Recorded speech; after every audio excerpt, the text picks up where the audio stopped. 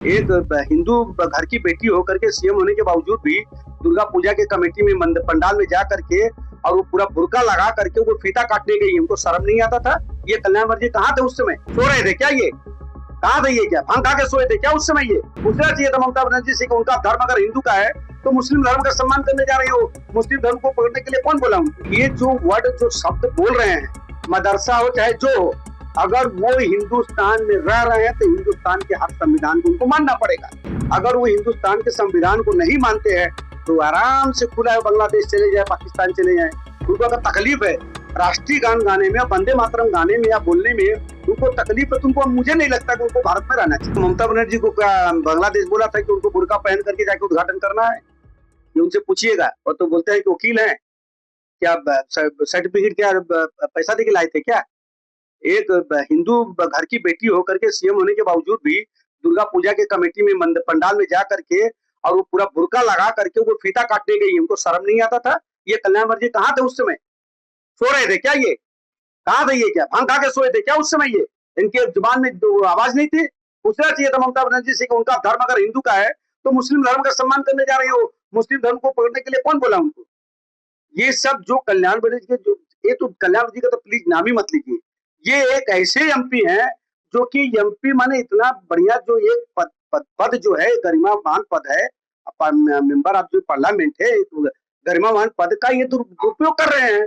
ऐसे एमपी है ये जो कि हमारे क्या बोलते हैं स्वराष्ट्र मंत्री को, गृह मंत्री को बोलते थे कि ये बांध के रखेंगे, ये करेंगे, वो करेंगे। हमारे माननीय महामहिम राष्ट्रपति का ये मिमिक्री कर रहे थे। तो ये तो धब्बा है भाई, ये तो हमारे एमपी के नाम पे धब्बा है। ऐसे आदमी को तो वास्तव में बर्खास्त कर देना चाहिए उस पद से।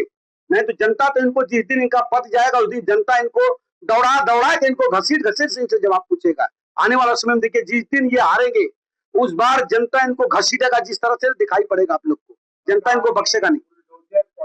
चलना और वंदे मातरम मदरसों में अनिवार्य करने पर कड़ी आपत्ति जताते हुए कल्याण बनर्जी ने कहा है कि यह असंवैधानिक है, कानून की खिलाफ। तो ये जय बांग्ला का ही गाना गाएंगे क्या? ये इनको वंदे मातरम क्या है पहले तो वो टैली नहीं कर पा रहे हैं। हम इसलिए बोला इनका सर्टिफिकेट वास्तव में घुस दे के ही लिए है। वंदे मातरम भारत संविधान का एक ऐसा गीत है जिसको हम लोग सम्मान करते हैं। वो भी हमारे बंगाल के ही धरती से सपूत जो है उनके हाथ से लिखा हुआ है। अब ये जो वर्ड जो शब्द बोल रहे हैं, मदरसा हो चाहे जो हो, अगर वो हिंदुस्तान में रह रहे हैं तो हिंदुस्तान के हर संविधान को उनको मानना पड़ेगा। अगर वो हिंदुस्तान के संविधान को नहीं मानते हैं तो आराम से खुला है बांग्लादेश चले जाए, पाकिस्तान चले जाए। उनको अगर तकलीफ है राष्ट्रीय गान गाने में, वंदे मातरम गाने में या बोलने में उनको तकलीफ है, तुमको मुझे नहीं लगता कि उनको भारत में रहना चाहिए। ये हिंदुस्तान है, हिंदुस्तान के रूल्स रेगुलेशन और संविधान को अगर जो नहीं मानता है वो कोई भी हो। In the heart of Noida, a new era was rising. Massive factories became the blueprints of progress, fueling the industrial. सब तुष्टिकरण की राजनीति करते हैं। इसीलिए भारत की जनता ने आज के डेट में 21 राज्यों में, आप देखेंगे 22 राज्यों में, 21 राज्यों में भारतीय जनता पार्टी की जो सरकार है, इसका रीजन यही है कि तुष्टिकरण करने वाले राजनीतिक को आने वाला समय में तुष्टिकरण करने वाली कोई भी राजनीति का भारत के धरती पे कोई अस्तित्व नहीं रहेगा। भारतीय जनता पार्टी पे, मोदी जी पे भरोसा है, डबल इंजन पे भरोसा है और उसी को लेकर जनता आगे बढ़ रही है। बंगाल की जनता साबित कर दिया वास्तव में मोदी जी के नेतृत्व में सब कुछ मुमकिन है। और बंगाल में भी अगर सुशासन लाना है तो जो 49 साल की अपशासन सरकार थी, इसका विदाई हुआ। अब एक भ्रष्टाचार युग का अंत हुआ। आप ये जान लीजिए, एक भ्रष्टाचार युग का अंत हुआ। ये जहाँ पे माँ दुर्गा के माटी, माँ दुर्गा रहेंगी, ये माँ दुर्गा की मिट्टी है, जहाँ पे माँ दुर्गा रहेंगी वहां पे तो भगवान राम को आना ही है। अब ये राम राज होगा, शेर और बकरी एक घाट पे पानी पिएगा, ऐसा राम राज होगा पूरा बंगाल में। आप देखेंगे विकसित बंगाल होगा, विकसित चापदानी होगा, विकसित श्रीरामपुर होगा। हम लोग का यहाँ के जो हमारी बच्चियां हैं यहीं पे पढ़ेंगी, यहीं पे लिखाई करेंगी और यहीं पे नौकरी होगा। इनको कहीं जाने की जरूरत नहीं पड़ेगा। आने वाला समय में इंडस्ट्री चारों तरफ दिखेगा और ये सोनार बांग्ला होगा। आरोप है कि बंगाल के सेक्रेटरी जो है मनोज अग्रवाल सीईओ हुआ करते थे। फलता में आज चुनाव की पुनर्मतदान की मतगणना चल रही है। कैसे वो डबल रोल सीईओ और चीफ सेक्रेटरी का प्ले कर रहे हैं।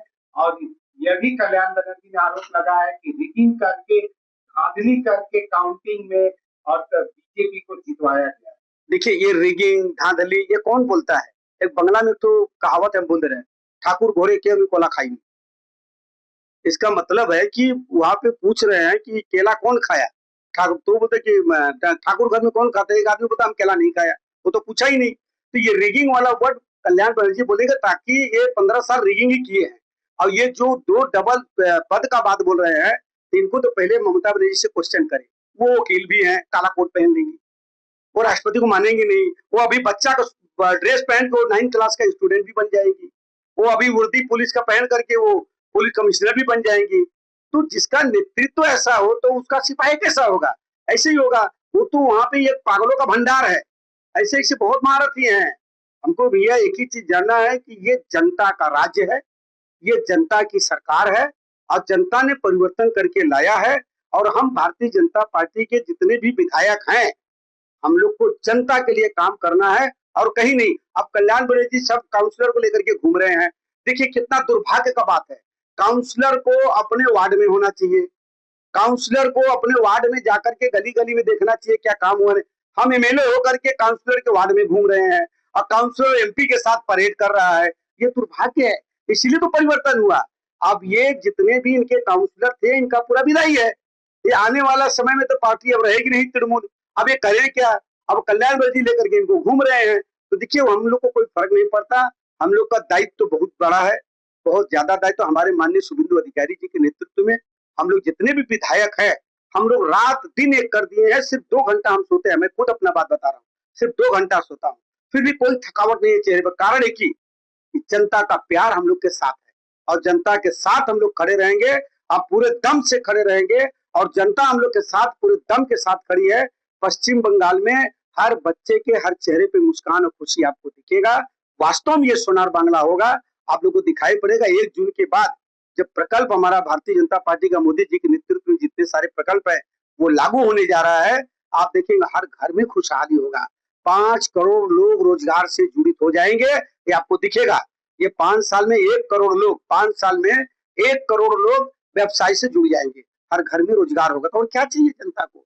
माँ बहन को सुरक्षा चाहिए, बच्चों को शिक्षा चाहिए, स्वास्थ्य व्यवस्था चाहिए, शिल्प हमारे यहाँ पे इंडस्ट्री चाहिए और रोजगार चाहिए, वो यहाँ मिलेगा। Subscribe to One India and never miss an update. Download the One India app now.